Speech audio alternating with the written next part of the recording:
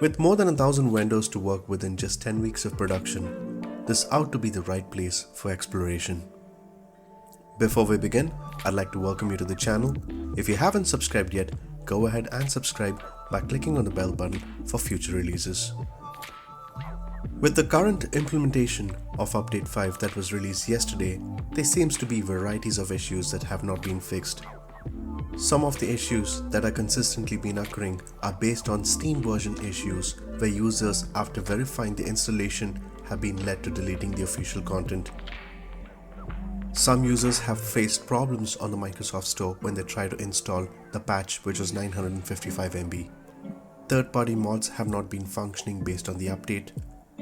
Crash to desktop issues still occur during 75% of loading. There have been several issues on the AI control where some users don't seem to see the connection between the flight as well as the AI control. Installing the latest patch have resulted in a loop. Unfortunately, the list can go on that still require more fixes in order to see a smooth functioning of the application.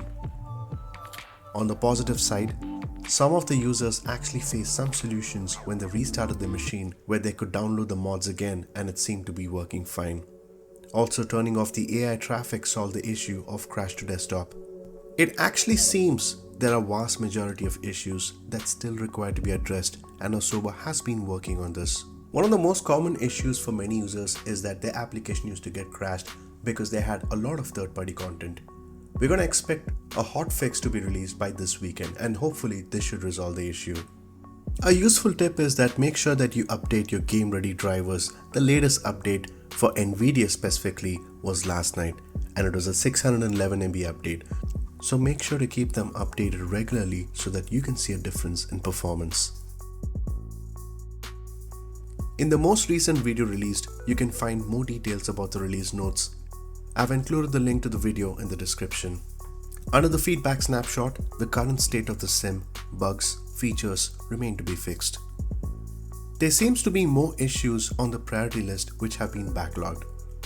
Issues that include weather, plane performance issues including turboprop engine logic, problems with the Cessna citation longitude, ATC phraseology, cosmetic areas of the current visuals that include thunder and lightning, mirrored textures under the 787 model are all due to be fixed in the upcoming update.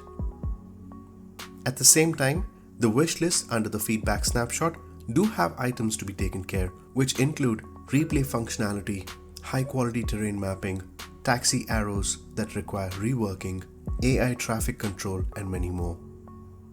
We do not see much of a change compared to last week's snapshot under the wish list. Under the development aspect of the sim, the team under Software Development Kit have been working closely with many newcomers from third-party areas. The overall stability is still under works under development mode. They have been quite dependent on the community to receive constant feedback on this regard. The WebAssembly have witnessed few changes under different implementations that include runtime improvements, WASI functionality updates, iteration time revisions, and image function areas. To sum up the WebAssembly areas, it would rather bring better performance and would be substantially faster to run, again because it's too close to the code and because it has static types which can be generally designed for speed. Third-party updates have seen another group of partners who have been introduced into the platform. Around 69 new partners have joined in. There's a combined total of more than 1,200 developers who have been constantly working towards Microsoft Flight Simulator. The marketplace always sounds to be interesting as it keeps growing over the weeks. The latest release from FSIM Studios towards the Kelowna International Airport looks quite gripping with its well-made features which include highly detailed areas of the airport. It also includes native materials that's been utilized for Microsoft Flight Simulator with the help of the software development kit for Jetways. All the aspects of this airport should include well-made materials with a full PBR texture. The models seem to be accurate with a good flow that's well within the light in the territory. The native 3D models are being used here, which includes robust material along with the shaders. One can find numerous static aircrafts around the airport.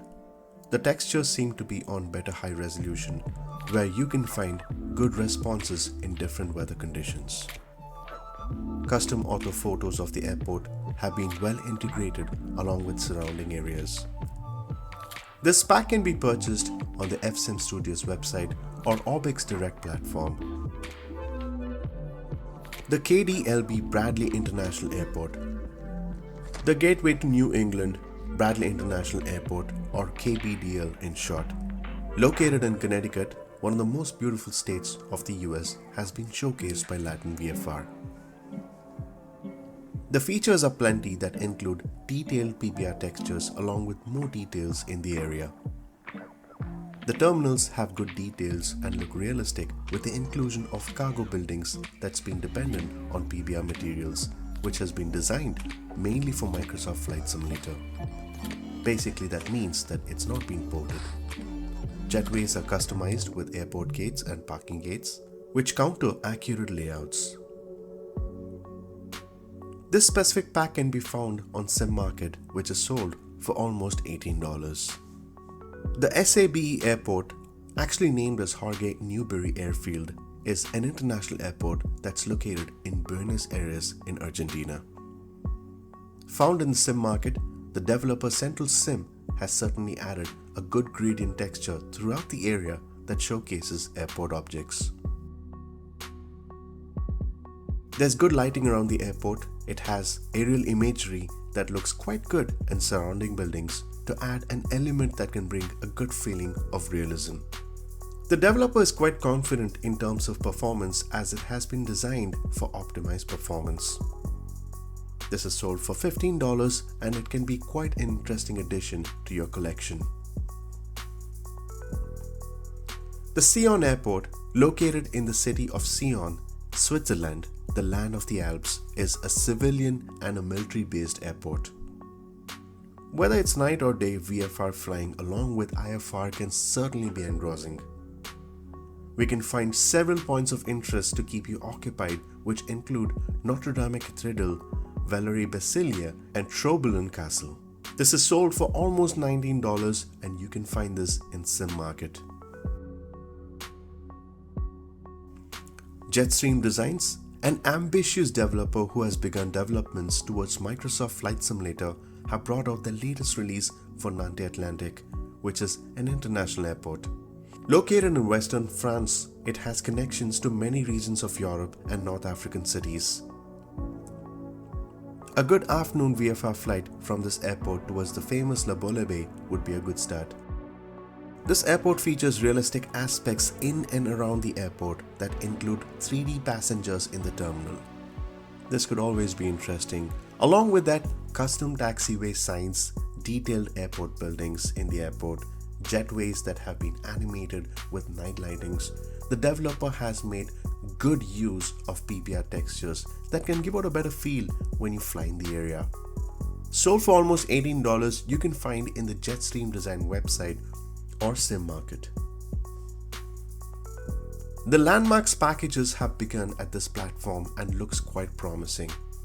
Very recently did Orbix come out with their beautiful packs along with the FlyMex software, which is now being showcased and has recently introduced this pack for $13 at SimMarket. It covers areas in Mexico City right away from iconic landmarks and buildings, skyscrapers, all the way to Teotihuacan pyramids. It's quite fascinating to see numerous developers show interest towards this platform, and it's quite evident that no other platform have had this type of reception in building a product right from the beginning.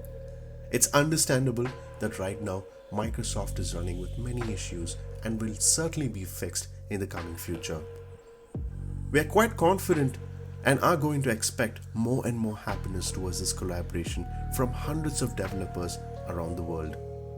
The simple thing is that they are making the world of Microsoft Flight Simulator more and more beautiful. I hope you enjoyed this video. If you haven't subscribed yet, go ahead and subscribe for more interesting videos on Microsoft Flight Simulator 2020. If you like this video, do leave a like as it can matter to me. Have a good rest of the day and stay tuned, guys.